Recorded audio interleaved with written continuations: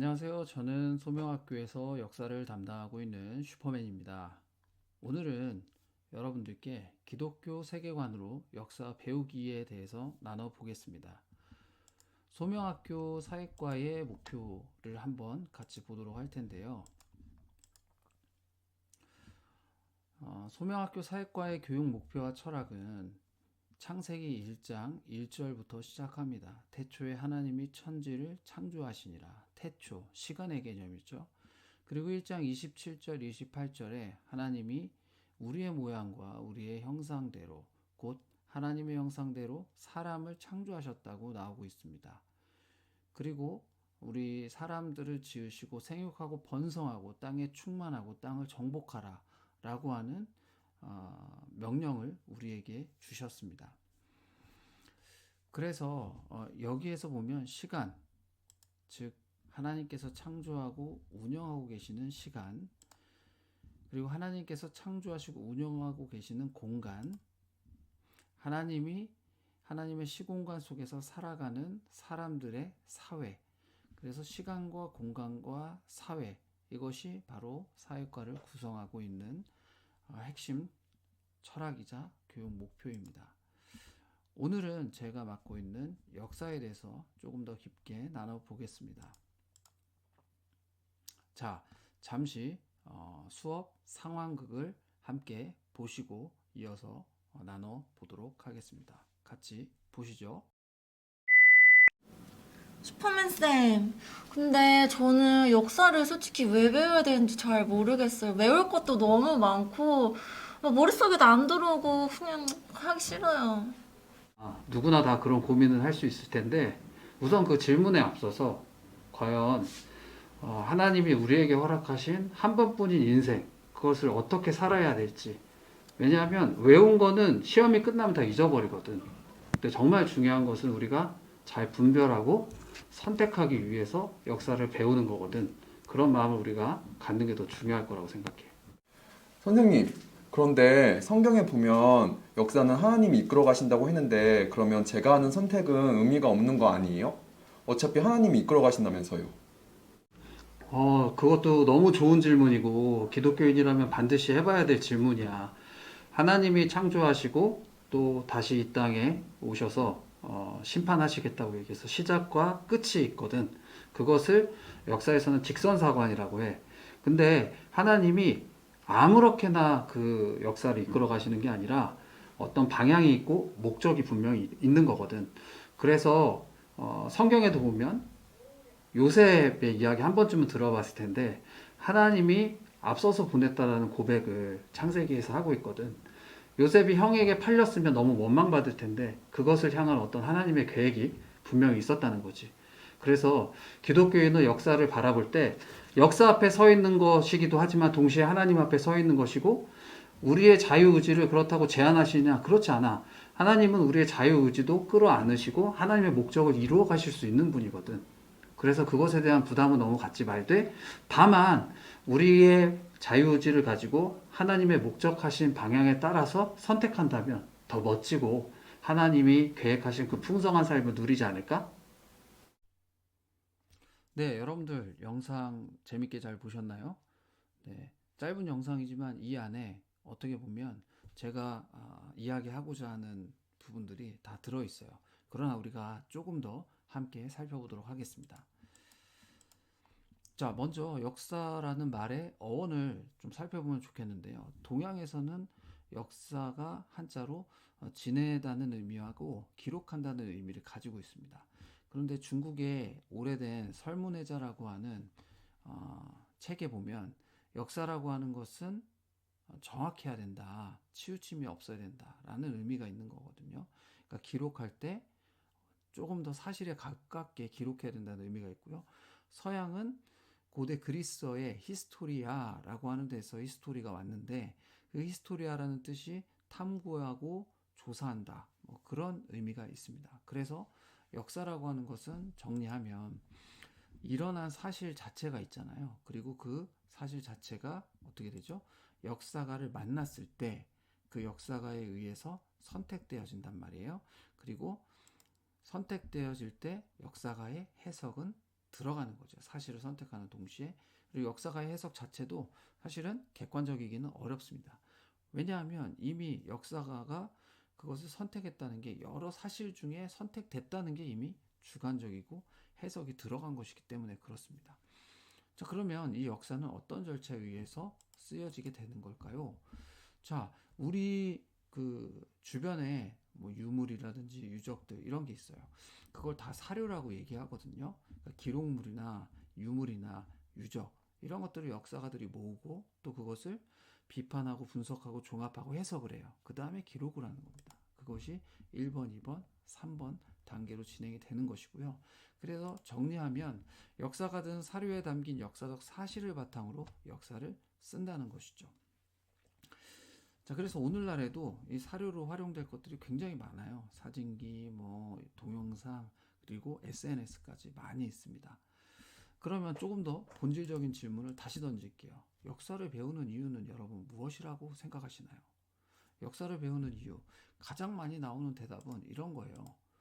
제가 학생들한테 물어보면, 학생들은, 역사 배우기 싫어요. 너무 외울 게 많아요. 왜 배우는지 모르겠어요. 이런 말 많이 하거든요.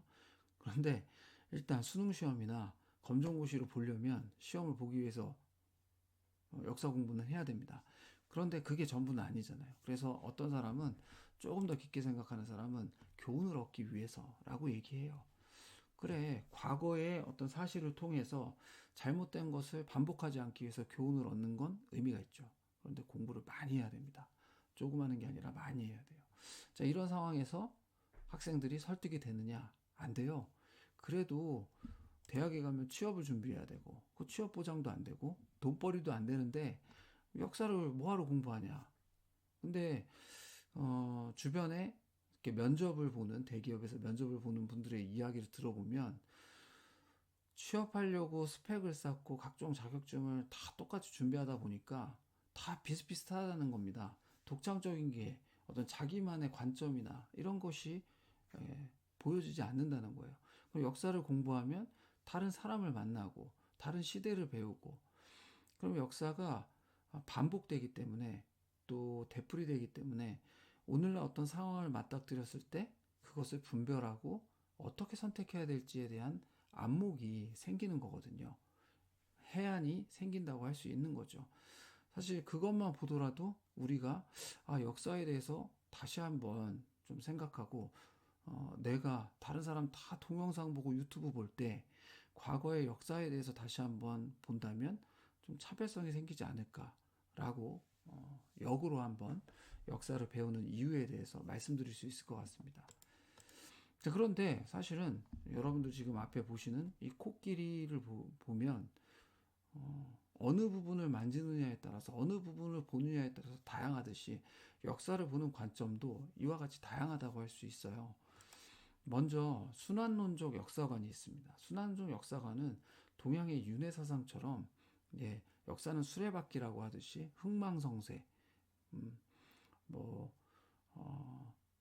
나라가 세워지고 쭉 자라다가 또 쇠퇴하고 멸망하고 이게 계속 돈다는 겁니다.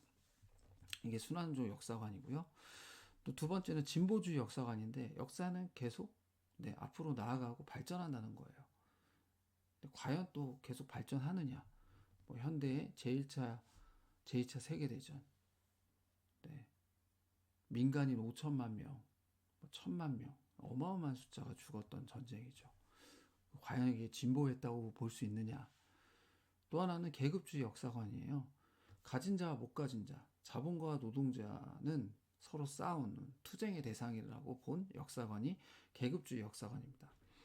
그리고 민중사관은 일반 백성들, 지배층이 이끌어가는 게 아니라 사실은 백성들이 이끌어간다.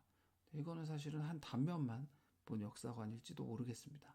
그런데 크리스천인 우리는 여기에서 조금 더 들어가서 기독교적인 역사관에 대해서 고민해 봐야 되지 않나 싶은 거죠.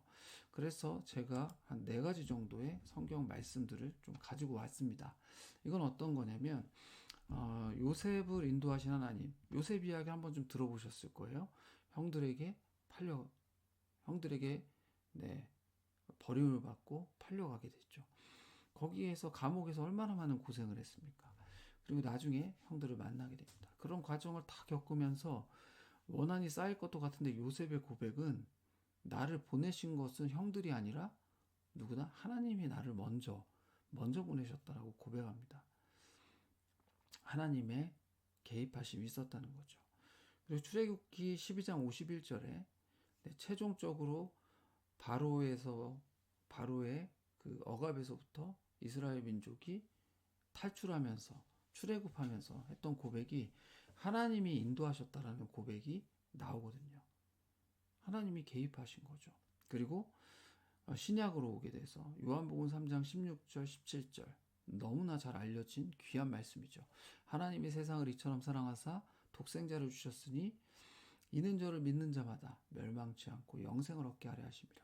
그래서 내가 심판을 하려 온 줄로 생각지 말라. 나는 구원하러 왔다라고 하는 말씀이 담겨 있어요. 목적이 있다는 겁니다. 계획이 있다는 거예요. 구원하기 위해서 왔다는 것이죠. 그래서 하나님은 창조하셨을 뿐만 아니라 구원을 이루시고 또 끝에 심판을 하신다는 이야기도 있어요. 마태복음 25장 31절부터 41절을 보면 양과 염소의 비유가 나오거든요. 마지막 때에 구분해서 심판을 하시겠다는 거예요. 그리고 마태복음 28장 19절 20절에 보면 뭐라고 나옵니까? 너희는 가서 모든 족속으로 제자를 삼아 아버지와 아들과 성령의 이름으로 세례를 주고 내가 너희에게 분부한 모든 것을 가르쳐 지키게 하라. 볼지어다 세상 끝날까지 내가 너희와 항상 함께 있을 것이다. 끝이 있다는 겁니다. 시작이 있고 태초에 하나님이 천지를 창조하시니라. 세상 끝날이 있다는 겁니다. 이것이 성경에는 나오지 않는 단어이지만 신학을 하시는 많은 분들이 우리 믿음의 선배님들은 섭리라고 하는 단어를 사용했습니다. 하나님의 섭리가 있다는 거예요. 그러면 그런 의문이 생길 수 있죠. 그래? 그럼 하나님이 우리에게 자유의지를 주신 건 뭐지? 하나님의 섭리면 어차피 결과는 정해져 있다는 거 아니야? 라고 생각하실 수 있죠. 근데 이런 개념이에요. 우리의 자유의지, 인간들은 자기의 목적을 관철시키려고 억압하죠. 그런데 하나님은 자유롭게 우리를 존중해 주십니다. 그 자유의지를 존중해 주시는 속에서 어떻게 합니까? 하나님의 섭리하심은 방해받지 않고 이루어지는 거예요. 그래서 우리는 기왕에 하나님이 우리에게 자유의지를 주셨다면 하나님이 섭리하시는 방향으로 우리가 그런 안목을 갖고 그런 분별을 갖고 선택해서 나아간다면 풍성한 하나님이 예비하신 삶을 누릴 수 있다는 것이죠. 그래서 기독교 역사관의 핵심은 하나님의 섭리가 있음을 믿는 것입니다. 자, 제가 직선사관을 한번 사례로 제시했는데요. 창조가 있고요. 종말이 있어요. 시작과 끝이 있는 거죠. 소명학교만을 놓고 보겠습니다. 소명학교는 2011년 10월 9일 날 개교했고 2012년 3월 1일 1기가 입학했습니다. 그리고 올해 2월 15일에 6기가 졸업했고요. 그리고 오늘 여러분들은 학부모 아카데미 강의를 듣고 계시죠. 그리고 내년 2월 20일 7기 졸업이 예정되어 있습니다. 그리고 소명학교는 예수님이 주인이 돼서 예수님의 가르침을 우리가 삶으로 따라가는 걸음을 걷고 있어요. 언제까지? 주님이 오시는 그날까지, 끝까지. 우리는 소명인의 삶, 내가 내 뜻대로 하는 삶이 아니라 하나님의 섭리가 있음을 믿고 나아가는 거죠. 그래서 저는 말씀 한 구절을 나누려고 해요. 바로 로마서 8장 28절입니다. 우리가 알거니와 하나님을 사랑하는 자, 곧 그 뜻대로 부르심을 입은 자들에게는 모든 것이 합력하여 선을 이룬다 라는 말씀입니다. 그래서 역사를 우리가 배우지만 역사를 배우는 동시에 우리는 하나님 앞에 서 있는 것입니다. 그래서 하나님을 사랑한다면, 물론 하나님이 우리를 먼저 사랑하셨죠. 그러면 우리는 실패했다고 빨리 단정 짓거나 좌절해서도 안 되는 거예요. 왜? 나의 실패도, 나의 자유의지로 선택한 실패나 또 나의 자유의지로 선택한 것도 하나님이 섭리 안에서 하나님의 방향과 목적대로 이루어 나가실 것이기 때문에 그 대표적 사례로 요셉을 예로 들었죠. 그런 것처럼 우리는 부르심의 한 소망을 입은 소명인들입니다. 그리고 모든 것이 하나님이 말씀하신 대로 합력하여 선을 이루어 나갈 거예요. 그 사실을 우리가 좀 깨닫는다면 단순히 역사는 지식을 암기하고 또 역사는 시험을 대비하고 이런 차원을 좀 넘어서 그리고 안목을 얻는 것에서 조금 더 나가서 하나님의 섭리를 깨닫고 발견하는 것이 소명학교 역사 교육의 가장 크고 핵심적인 목적이라고 할 수 있겠습니다. 네, 이제 오늘 강의를 돌아보는 시간을 갖도록 하겠습니다. 제가 몇 가지 질문을 여러분들에게 좀 드리고 같이 좀 생각해 보는 시간을 갖고 마무리하겠습니다. 첫 번째. 역사를 배우는 두 가지 의미의 사례를 문장으로 써보자. 네, 역사는 사실로서의 역사, 사실 그 자체로서의 역사, 그리고 그 사실이 역사가를 만나면서 기록으로서의 역사, 이 두 가지 의미가 있습니다. 오늘 학부모 아카데미 강의를 들었다. 이건 사실이잖아요. 팩트예요. 근데 이 사실을 역사라고 얘기하지는 않습니다. 그 역사가들은 거기에 의미 부여를 하거든요. 이것이 어떤 의미가 있는지. 그럼 그걸 적용해 본다면 예를 들자면 오늘 학부모 아카데미는 기독교적 역사를 배우는 시간이었다. 의미가 부여된 것이죠. 그래서 그게 역사는 사실로서의 역사와 기록으로서의 역사로 나눠지게 된다. 두 번째입니다. 역사가가 역사를 쓸 때는 그냥 막 쓰지 않습니다. 사료라고 하는 것을 모아요. 근데 이 사료는 세 가지로 구성되어 있거든요. 아래에 들어갈 적절한 단어를 써보자. 과거의 사람들이 남긴 일기, 문서, 비문 등의 시나 생활도구, 그림과 같은 무엇, 집터, 옛 무덤과 같은 무엇 등을 모두 사료라고 한다. 첫 번째는요. 일기 문서는 뭡니까? 쓰는 거잖아요. 기록물. 그리고 생활도구나 그림 같은 건 유물이라고 하죠. 그 다음에 집터나 옛 무덤은 유적이라고 합니다. 그래서 이 세 가지를 우리는 모두 사료라고 하고 역사가는 이 사료를 수집하죠. 그리고 분석, 비판, 종합, 해석한 다음에 그것을 기록으로 남기게 됩니다. 그러니까 역사는 사실 그 자체와 그리고 그것을 선택한 역사가와의 어떤 해석이 끊임없는 대화라고 하는 것으로 만나는 것. 이에이치칸은 아마 그것을 표현한 것이 아닌가 싶습니다. 세 번째, 조금 더 적용을 해볼게요. 세 번째 질문. 오늘날 소명 학생들이 남길 수 있는 사료는 무엇이 있을까요? 그러니까 역사의 본질을 잘 이해했다면은 사실 외우기라든지 연도 잘 외우는 거 그것에 치중하지 않습니다. 역사가 고유의 인물이라고 할 수 있는 책무라고 할 수 있는 기록을 잘하게 되고 의미 있는 기록을 잘하게 되는 거죠. 그런 거 뭐 있죠? 학교에서 날마다 하는 거 묵상, 아침 묵상 노트 있습니다. 하나님의 말씀을 기록하는 거예요. 나에게. 네. 그것은 왜 중요하죠? 하나님의 섭리를 하나님의 말씀 가운데 우리에게 깨닫게 해주시거든요. 그러니까 이 하나님의 섭리가 나의 삶에도 있고 그리고 이 전체 역사 가운데 있다는 것을 이해하고 있다면 말씀 묵상 노트를 소홀히 할 수 없는 겁니다. 그리고 또 하나는 뭐 있죠? 플래너 있습니다. 플래너는 물론 계획을 하는 것이 잘 되면 좋지만 저는 계획이 잘 안 되면 그것을 날마다 내가 무엇을 했는지 기록으로 남기라고 합니다. 그렇게 하는 이유는 딱 두 가지예요. 성찰입니다. 기억은 망각하기 때문에 기록을 해야 기억할 수 있는 거거든요. 그러면 플래너에 내가 한 것이라도 누적 기록을 하다 보면 나의 삶의 패턴이 보이게 됩니다. 그러면 성찰이 일어나죠. 성찰이 일어나야 내가 잘하는 것, 못하는 것이 보이는 것이거든요. 객관적으로. 그리고 한 발을 더 내디딜 수 있는 것이죠. 역사의 본질을 이해한 친구는 플래너도 빼먹지 않고 잘 쓰게 되고요. 역사의 본질을 이해한 부모님도 이 묵상 노트나 플래너를 소홀히 할 수 없는 거예요.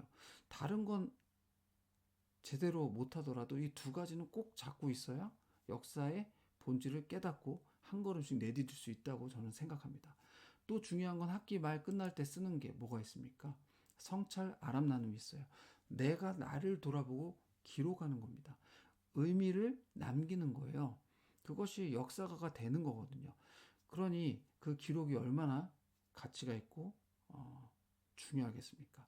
그걸 통해서 나를 돌아볼 수 있고 나를 돌아보고 또 다음 학기를 준비할 수 있는 거니까요. 생활기록부 마찬가지입니다. 학교의 생활이 압축적으로 들어간 기록.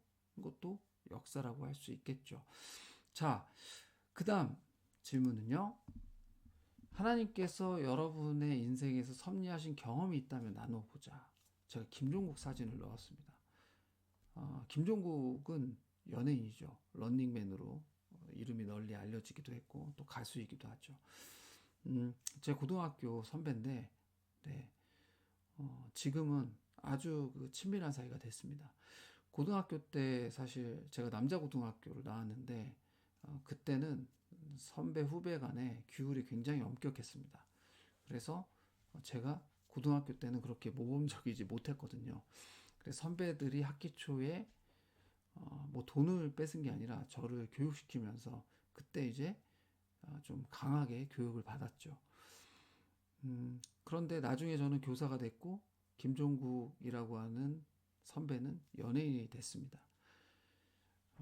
그래서 지금은 소명학교에 어떤 행사가 있을 때 응원하고 격려해주는 사이가 됐습니다. 이거 뭐죠? 고등학교 때 김종국이라고 하는 선배는요, 그냥 선배일 뿐이고, 네. 저하고는 연락할 사이가 될 거라고는 상상을 못 했습니다. 20여 년이 흘렀어요? 그러다가 다시 연락이 됐고, 네. 서로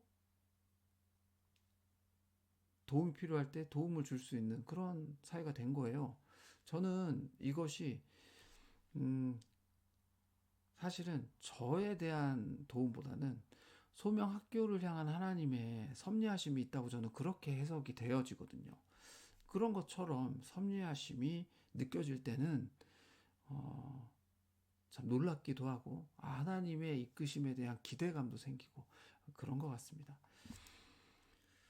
자, 마지막입니다. 기독교적인 역사관을 가지고 있다면 소명에서 학생, 학부모, 교사로서 어떻게 지내야 할까요? 네, 여러분들에게 질문을 좀 던져보고 싶습니다. 마치면서 저는 말씀 한 구절을 다시 여러분들에게 드리고 싶어요. 우리가 알거니와 하나님을 사랑하는 자, 곧 그 뜻대로 부르심을 입은 자들에게는 모든 것이 합력하여 선을 이루느니라.